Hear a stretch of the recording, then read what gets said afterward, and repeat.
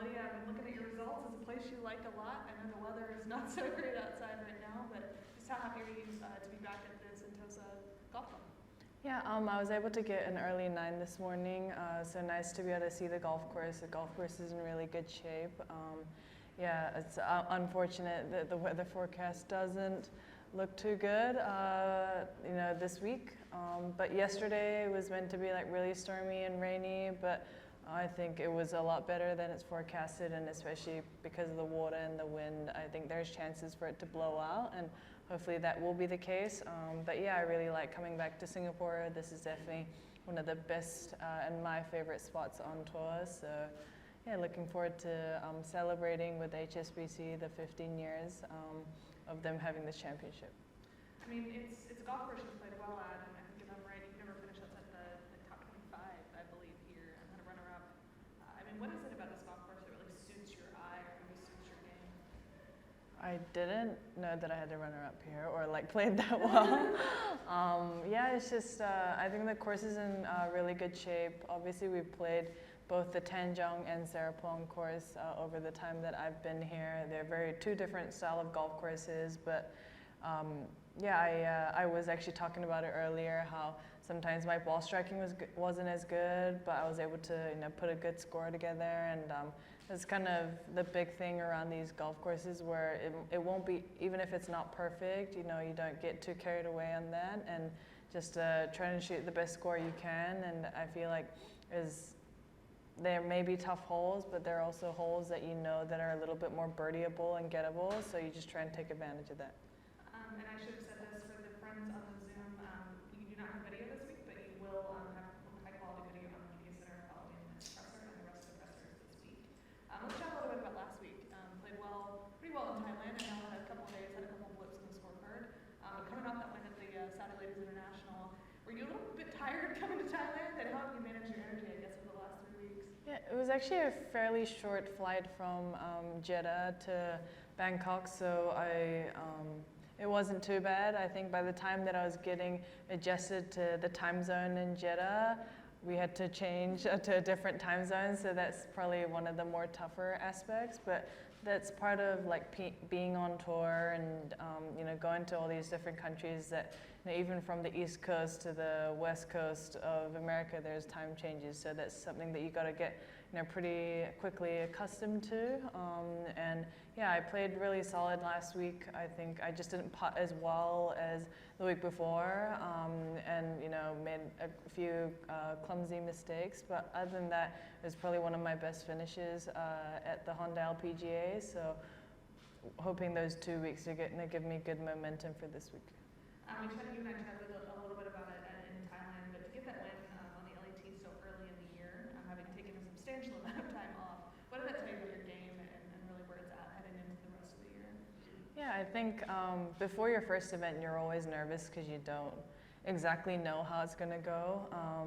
It's been a long time since CME, and hey, just because you finished well or you didn't play as well, that doesn't necessarily carry on to the next season. But I wanted to start just so that I could get a better feel of where my game's at, what are the things that I really need to work on, and it was a really good learning curve, and to have been able to win that at a place where I've won before was definitely the best start that I could plan out for this season, and played solid last week. But it's a long year. You think, oh, you only kind of play 20-something-ish events, but doesn't feel like much. But with breaks in between and long stretches and multiple majors in a few weeks stretch, it adds up. But I'm excited for this season. I think last year I couldn't have asked for anything more, both on and off the golf course. So yeah, it's kind of hard to beat, but I'm trying to not compare it and just kind of start from new and start from a blank page again. That season last year was obviously, and you called it multiple times, one of the most solid, if not the most solid you've had since you began your career out here. Coming into a fresh year and kind of flipping the calendar page, how do you kind of reset your expectations and kind of just leave the past in the past and move forward? Yeah, I think that's the thing with golf, that one day, you feel like everything's going your way, and then the next day you don't have those feels as much. So I don't think you can take anything for granted. I don't think anything comes easy, and I'm playing alongside the best female golfers week in, week out. So it's not easy to be the one hoisting the trophy at the end of the week. So yeah, I've had my own ups and downs, so I think I realize now more so than maybe in 2015 when I was Player of the Year that, you know, sometimes things may not go, you know, in my way, but I think I'm able to deal with that better and just, you know, be okay with it, and then, you know, just keep working on the things I need to, and just move on.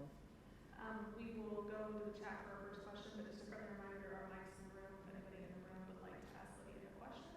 The question from the chat is, what are some of your goals for 2023? I think fairways hit and greens and regulations were probably some of my biggest goals going into last year, and I realized that when I played better, that's when those aspects were better. So I kind of try and focus more on like performance goals and what I can do rather than like result orientated stuff, because I could play really good golf like in Dallas last year, but you know, Charlie and Janet, they played better than me. So I think rather than think about, okay, how many times I want to win, yes, there's probably a number and I would like to win, but I try and focus on performance related goals, and which is, you know, having higher fairways hit percentage in greens and regulation. Awesome. Good question. I heard from.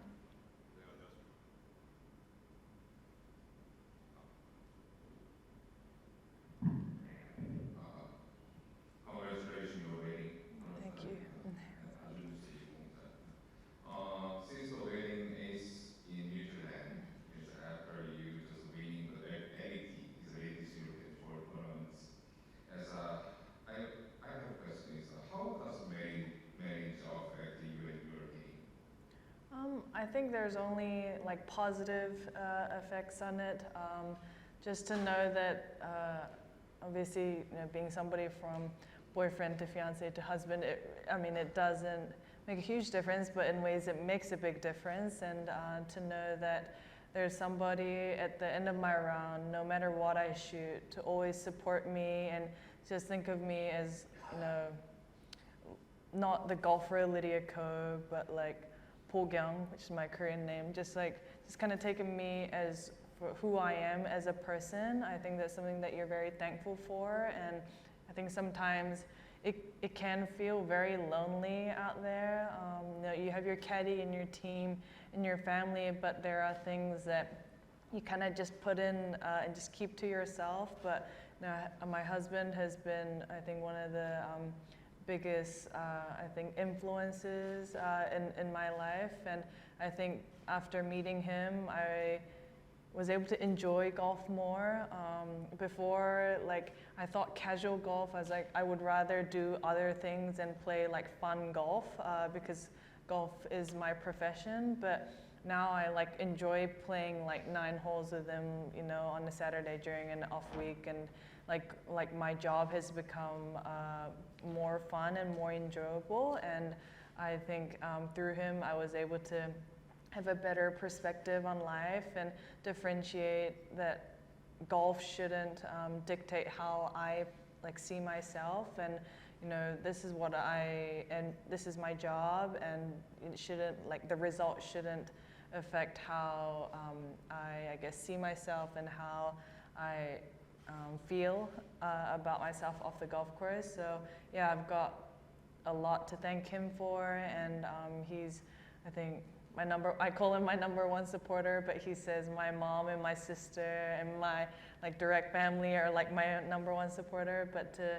I think he changed my life, and I'm very grateful for his support and for him understanding what I do. Hi, Lydia. Enjoy multiple success all over the world. I think that it's at the HSBC Women's Football Championship in Singapore, which has often yielded you this trophy. What is the kind of mindset that you take with you for a tournament that you have not won before and you really want to?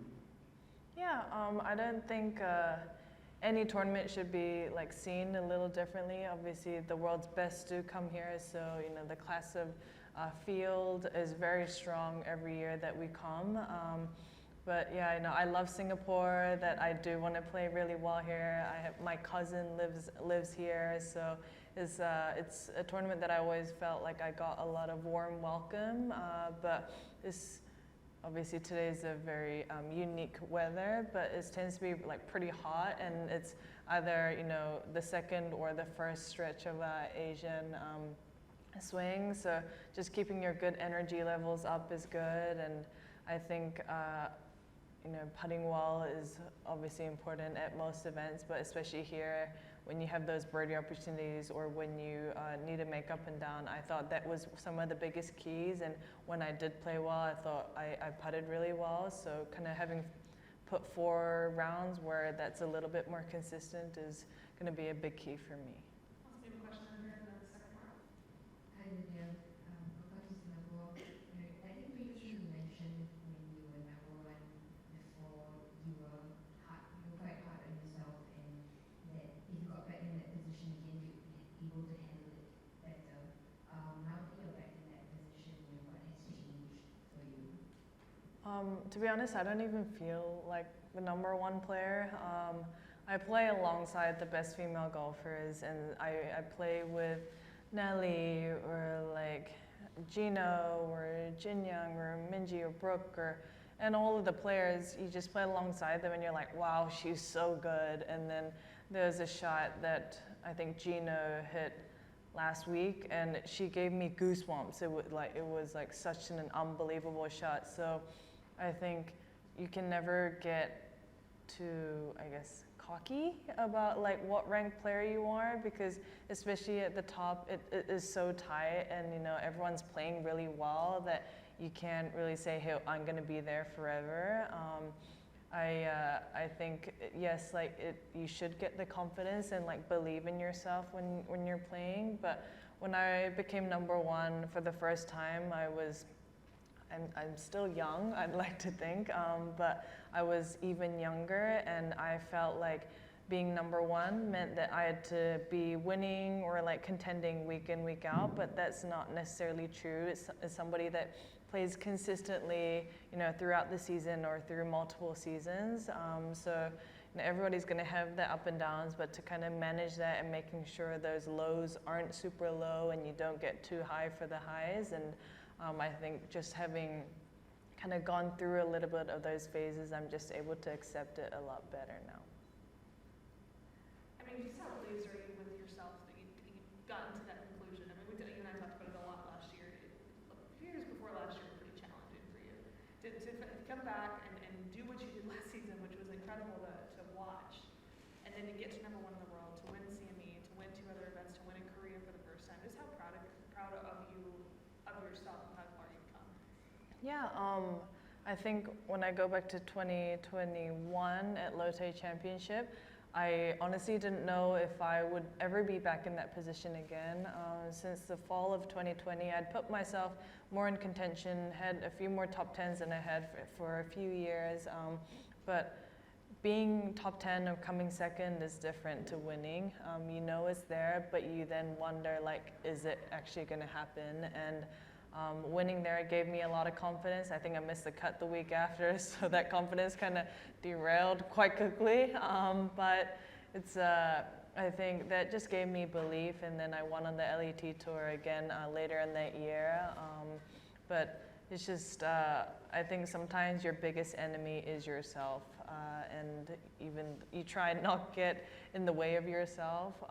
And I think sometimes I have a friend that talks over my shoulder and like tries to put me down, but I try and not listen to it and just focus on what is in front of me. And especially the fall of last year, winning in Korea was, you know, so special. I've always wanted to win in Korea, whether it was a KLPGA event or just like a different special event, and to have won our LPGA, you know, event there was so special alongside my family, and first time that fans could be there since COVID. I think that gave me a lot of confidence, and then that kind of continued up until CME. So yeah, so many like grateful things, and you know, having my husband there with me at CME and him watching me win for the first time. It's I think like everything. That's why I cried, because it was just like so emotional, like not of just that moment, but everything kind of came up on me. So yeah, 2022 was a year that I kind of planned out any better, and obviously that gives me more motivation to do well this year. But you know, take it step by step, and even if things don't go well, don't get too frustrated about it, and just focus on the now. And I feel like everything else is going to take care of itself. Awesome. We are looking forward to seeing what you accomplish in 2023. Thank you. Good luck this year. Thank you.